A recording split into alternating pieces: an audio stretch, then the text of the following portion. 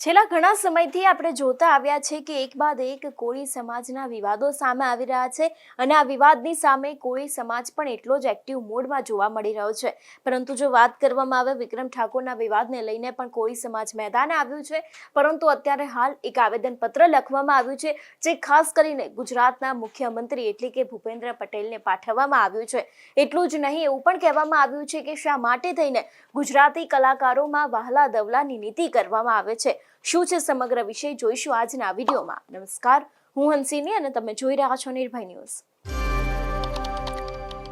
ગુજરાત વિધાનસભામાં ગુજરાતના ઘણા બધા લોક સાહિત્યકાર તેની સાથે જ કલાકારોને બોલાવવામાં આવ્યા હતા, પરંતુ આમાં ઘણા બધા એવા પણ કલાકારો છે જે લોકોને બોલાવવામાં નહોતા આવ્યા અને આ બધાની વચ્ચે જો વાત કરવામાં આવે ઠાકોર સમાજનું ગૌરવ એટલે કે વિક્રમ ઠાકોર વિશે, તો તેમને પણ પોતાની નારાજગી વ્યક્ત કરી હતી કે શા માટે થઈને મને અહીં આ મુલાકાતમાં બોલાવવામાં આવ્યો કેમ નહોતો। જોકે જ્યારથી આ વિવાદ સામે આવ્યો હતો ને જ્યારથી વિક્રમ ઠાકોરની નારાજગી સામે આવી હતી ત્યારથી અનેક એવા લોકો છે જે લોકો એક બાદ એક મેદાને આવ્યા હતા। એટલું જ નહીં, ઘણા બધા રાજકીય નેતાઓના પણ એક બાદ એક નિવેદનો સામે આવ્યા હતા, પરંતુ જો કોઈ આગળ પડતું આવ્યું હોય તો એ છે કોળી સમાજ। કોળી સમાજના આની પહેલા પણ ઘણા બધા આગેવાનોના નિવેદનો આપણે સાંભળતા આવ્યા છે, પરંતુ હવે ફરી એક વખત આવેદનપત્ર લખવામાં આવ્યું છે। જો આવેદનપત્ર વિશેની વાત કરવામાં આવે તો તમે મારી પાછળ જે આવેદનપત્ર જોઈ શકો છો તે સમસ્ત ઠાકોર અને કોળી એકતા મિશન ગુજરાત દ્વારા મુખ્યમંત્રી ભૂપેન્દ્ર પટેલને આવેદનપત્ર પાઠવવામાં આવ્યું છે। અને ખાસ કરીને જો વાત કરવામાં આવે વિષય વિશેની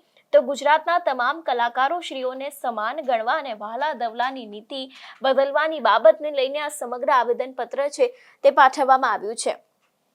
સમગ્ર જો વાત કરીએ તો લખવામાં આવ્યું છે કે તાજેતરમાં ગાંધીનગર વિધાનસભા ગૃહની અંદર અમુક કલાકારો મિત્રોનું સન્માન કરવામાં આવ્યું, તે ખૂબ સારી બાબત છે, પરંતુ ગુજરાતભરમાં વિવિધ સમાજની અંદર ટેલેન્ટેડ અને ગુજરાતના ચલચિત્રો જેમાં લોકગાયક, સાજિંદાઓ, ફિલ્મ સ્ટારો અને નાટકથી સમગ્ર ગુજરાતના લોકોને ગુજરાતના ઇતિહાસ અને પુરાણી વાર્તાઓના લોકોને હંમેશા માહિતગાર કરી ગુજરાતની અસ્મિતાને હર હંમેશ માટે ઉજ્જવળ બનાવતા આ તમામ કલાકારો તત્પર રહેતા હોય છે, ત્યારે ગુજરાત સરકારની પણ ફરજ બને છે કે આ તમામ વિવિધ કલાકારોને સરકારશ્રીઓ તરફથી નાના મોટા કાર્યક્રમની અંદર સમાવેશ કરવામાં આવે અને તમામનું સન્માન પણ કરવામાં આવે। ખાસ કરીને લખવામાં આવ્યું છે કે જે પ્રમાણે વિક્રમ ઠાકોરનો વિવાદ સામે આવ્યો હતો, ઘણા બધા કલાકારો, ખાસ કરીને જો અગત્યના વ્યક્તિઓના નામ કહેવામાં આવે તો કિંજલ દવે છે, ગીતાબેન રબારી છે, તેની સાથે ઘણા બધા એવા લોક સાહિત્યના કલાકારો હતા જે દરેક લોકોને બોલાવવામાં આવ્યા હતા, પરંતુ આવેદનપત્રની શરૂઆતમાં જ કહેવામાં આવ્યું છે કે ઘણી બધી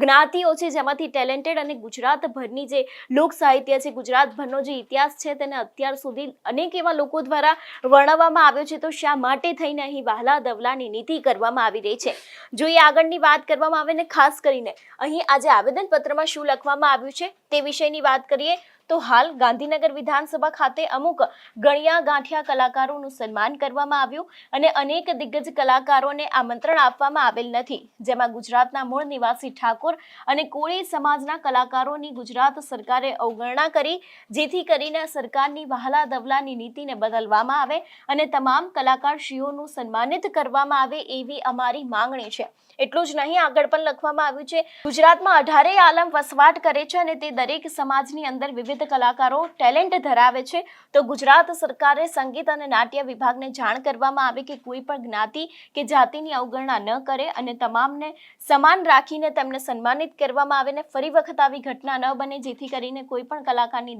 લાગણી ન દુભાય, તેથી કાળજી રાખવી એવી અમારી સમસ્ત ઠાકોર કોળી એકતા મિશન ગુજરાતની લાગણી અને માંગણી છે। તેની સાથે જ આજે આવેદનપત્ર છે તે શંકર ચૌધરીને પણ પાઠવવામાં આવ્યું છે, તેની સાથે રાજકોટના કલેક્ટર છે અને રાજકોટના જિલ્લા વિકાસ અધિકારીને પણ લખવામાં આવ્યું છે અને ખાસ કરીને મુખ્યમંત્રી ભૂપેન્દ્ર પટેલને આવેદનપત્ર પાઠવવામાં આવ્યું છે, જે સમસ્ત ઠાકોર અને એકતા મિશન છે કોળી સમાજનું ગુજરાતનું, એમના દ્વારા આ સમગ્ર આવેદનપત્ર છે તે અત્યારે હાલ દરેક લોકોને પાઠવવામાં આવી રહ્યું છે। ખાસ કરીને લખવામાં આવ્યું છે કે વહાલા દવલાની નીતિ છે તે હવે બંધ થવી જોઈએ। ઘણા બધા જ્ઞાતિ અને જાતિના લોકો છે જે લોકો અત્યારે ગુજરાતના ઇતિહાસને જીવતો રાખે છે, ગુજરાતની જે વાસ્તવિકતા છે, ગુજરાતનું જે લોક સાહિત્ય છે તેને બતાવે છે, તેમ છતાં પણ અમુક જ ગણ્યા ગાંઠિયા કલાકારોને વિધાનસભાની મુલાકાતે બોલાવવામાં આવ્યા હતા અને બીજા જેટલા પણ કલાકારો છે એ લોકોમાં પણ ક્યાંક વહાલા દવલાની નીતિ કરવામાં આવી હતી। સૌથી પહેલા તો આ વિષયને લઈને કોળી સમાજના આગેવાન છે તે શું કહી રહ્યા છે હવે તે પણ સાંભળીએ। ભારત માતા કી જય। હાલ અત્યારે ગુજરાત વિધાનસભાની અંદર જે સરકાર દ્વારા વિવિધ કલાકારોનું ગુજરાતની અંદરથી સન્માન કરવામાં આવ્યું. આ સન્માનને લઈ અને વિવાદ થયો. તો સરકારને સમસ્ત કોળી અને ઠાકોર એકતા મિશન ગુજરાતના માધ્યમથી જાણ કરવામાં આવે કે ગુજરાતની અંદર 18 આલમ વસવાટ કરે છે અને દરેક જ્ઞાતિની અંદર વિવિધ પ્રકારના ટેલેન્ટ ધરાવતા કલાકારો છે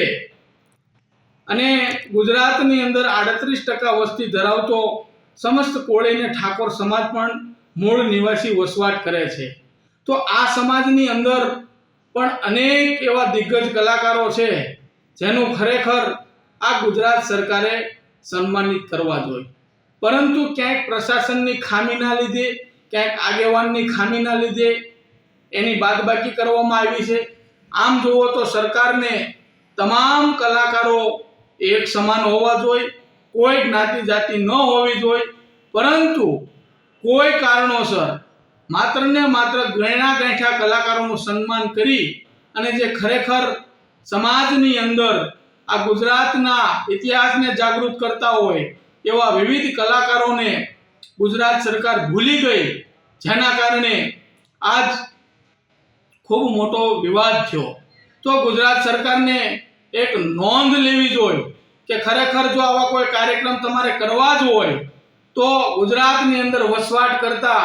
તમામ કલાકાર, તમામ જ્ઞાતિ જાતિને ભૂલી અને તમામ કલાકારની યાદી કરી અને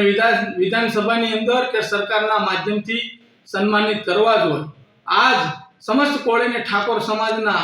એક પણ કલાકારનું સન્માન ન કર્યું, જે બદલ ગુજરાતભરમાં સમસ્ત અને કોળી ઠાકોરની લાગણી દુભાણી કે અમારા સમાજની અંદર આવા ખરેખર હાઈ લેવલના કલાકારો હોય તેમ છતાં આનું સન્માન કરવામાં ન આવે તો આ સરકાર વાલા દવલાની નીતિ ખરેખર અપનાવી રહી છે. સમસ્ત કોળીને ઠાકોર સમાજને જેવું જોઈએ એવું પ્રભુત્વ નથી આપી શકતી, પણ આજે એ પણ નક્કી થઈ ગયું કે ગુજરાતની અંદર આવા ટેલેન્ટ ધરાવતા સમસ્ત ઠાકોર અને કોળી સમાજના કલાકારોની પણ બાદબાકી કરી અને ખરેખર આ સરકારે વાલા દવલાની નીતિ રાખી છે. તો અમારી એક જ માંગણી છે કે આ ખરેખર ફરીવાર આ તમામ કલાકારોને બોલાવી તમામનું ભવ્યથી ભવ્ય સન્માન થવું જોઈએ અને જે પણ જ્ઞાતિ જાતિની અંદર જે કલાકારો નાના મોટા રહી ગયા છે એને પણ સન્માનિત કરી અને તમામ કલાકારોને એક સમાન રાખવા જોઈએ. જે પણ કલાકાર મિત્રોનું સન્માન કર્યું એનો અમને કોઈ વાંધો નથી, પરંતુ જે સન્માનિત ખરેખર દિગ્ગજ કલાકારો છે નાના મોટા, જે મહેનત કરે છે, ગુજરાતની અસ્મિતાને ધ્યાન રાખે છે, ગુજરાતની અસ્મિતા, ગુજરાતને કંઈક અલગ મોડેલ દેખાડવા માંગે છે, ગુજરાતના ઇતિહાસને જાગૃત કરવા માંગે છે, આવા તમામ કલાકાર મિત્રોનું 100% સરકારે સન્માન કરવું જોઈએ એવું સમસ્ત કોળી અને ઠાકોર વિકાસ સમિતિ અમારી એક માંગ કરે છે. જય હિન્દ, જય ભારત. જે પ્રમાણે વિક્રમ ઠાકોરનો આ સમગ્ર વિવાદ સામે આવ્યો છે ને અમુક જ કલાકારોને ત્યાં બોલાવવામાં આવ્યા હતા અને બીજા ઘણા બધા કલાકારો છે જે લોકોને બોલાવવામાં નહોતા આવ્યા, ત્યારથી આ સમગ્ર વિવાદ છે તે સામે આવ્યો છે. અને ખાસ કરીને વિક્રમ ઠાકોરે પણ પોતાની નારાજગી વ્યક્ત કરી હતી. આની પહેલા પણ આપણે જોયું હતું કે ગાંધીનગરમાં એક શક્તિ પ્રદર્શન કરવામાં આવ્યું હતું, જેમાં અનેક ઠાકોર સમાજના કલાકારો ઉપસ્થિત રહ્યા હતા, ક્ષત્રિય સમાજના પણ ઘણા બધા લોકો ઉપસ્થિત રહ્યા હતા, કારણ કે જે ગણ્યા ગાંઠ્યા કલાકારો હતા એમાં ન તો કોઈ કોળી સમાજનું હતું, ના તો કોઈ ઠાકોર સમાજનું હતું કે પછી ના તો કોઈ ક્ષત્રિય સમાજનું હતું. એટલે ક્યાંક અત્યારે હાલ ભારતીય જનતા પાર્ટી દ્વારા પણ કોઈ જ્ઞાતિ જાતિનો ભેદભાવ રાખવામાં આવતો હોય એવું પણ લોક ચર્ચામાં આવી રહ્યું છે અને ઘણા બધા લોકો દ્વારા પણ કહેવામાં આવી રહ્યું છે કે ભારતીય જનતા પાર્ટીની આ જે નીતિ છે તે હવે ચલાવી લેવામાં નહીં આવે. અને ખાસ કરીને કોળી સમાજ દ્વારા જે મુખ્યમંત્રી ભૂપેન્દ્ર પટેલને આવેદનપત્ર પાઠવવામાં આવ્યું છે એમાં પણ ખાસ કરીને લખવામાં આવ્યું છે કે કલાકારોને લઈને જે વહાલા દવલાની નીતિ અપનાવવામાં આવી છે તે હવે ચલાવી લેવામાં નહીં આવે. તેની સાથે માંગણી પણ કરવામાં આવી છે કે ફરી એક વખત દરેક કલાકારોને બોલાવવામાં આવે ને એ લોકોનું સન્માન પણ કરવામાં આવે. તમારું શું માનવું છે આ વિષયને લઈને અમને કમેન્ટ કરીને ચોક્કસથી જણાવજો. તેની સાથે જ અમારી ચેનલ નિર્ભય ન્યૂઝને લાઇક, શેર અને સબસ્ક્રાઇબ કરવાનું ભૂલશો નહીં. નમસ્કાર.